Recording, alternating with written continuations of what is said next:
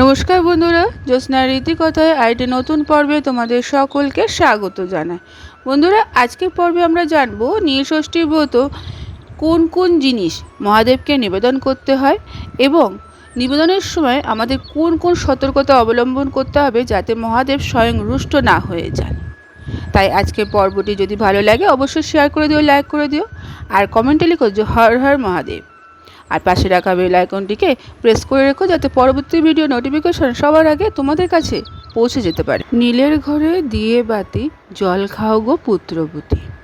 আগামী 12ই এপ্রিল নীলষষ্ঠী ব্রত। শুক্রবার বাংলার ঘরে ঘরে মায়েরা সন্তানের মঙ্গল কামনায় এই ব্রত পালন করে থাকবেন। সন্তান যাতে দীর্ঘায়ু হয়, যাতে মঙ্গল হয়, মায়েরা সেই কামনা করে এই ব্রত উপোস করে থাকেন এবং নিষ্ঠা সহকারে শিবের পুজো করে থাকেন এবং খেয়াল রাখেন কিছু কিছু জিনিস যেগুলো পালন করে মহাদেবকে সন্তুষ্ট করা যায়।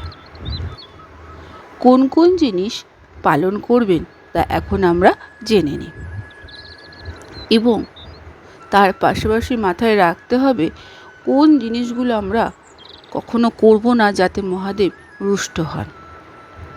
যেমন ধরো বন্ধুরা, শিব পুজোয় বা যে কোনো ব্রত পালনে, শিবের উপলক্ষে যে কোনো ব্রত পালনে বেলপাতা আবশ্যক।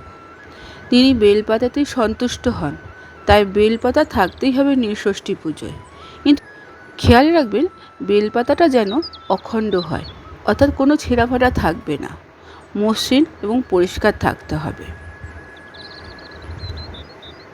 এবং বেলপাতার মসৃণ দিকটা শিবের মাথায় থাকবে। তারপর 5 রকম ফল নিবেদন করতে হবে মহাদেবকে, যার মধ্যে আবশ্যক বেল, কলা, শসা, আপেল আর অন্যান্য ফলাদি।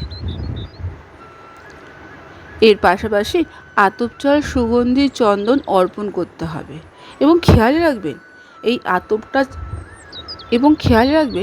আতপ চাল যেন অখণ্ড ও গোটা থাকে। তাছাড়া শিবের অভিষেকের জন্য জল প্রস্তুত করতে হয়। ঘি, দুধ, দই, সিদ্ধি পাতা দিয়ে অভিষেকের জল প্রস্তুত করতে হবে।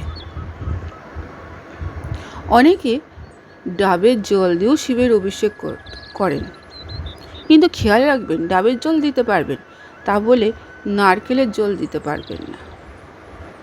নারকেল হয়তো নিবেদন করতে পারেন, তা বলে নারকেলের জলটা শিবের মাথায় দিয়ে অভিষেক করতে পারবেন না।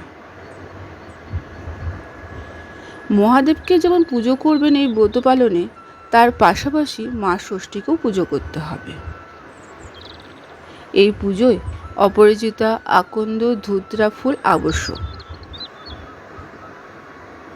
কদম ও কেতকী ফুল কখনো মহাদেবকে দেবেন না, তাহলে মহাদেব রুষ্ট হয়ে যাবে।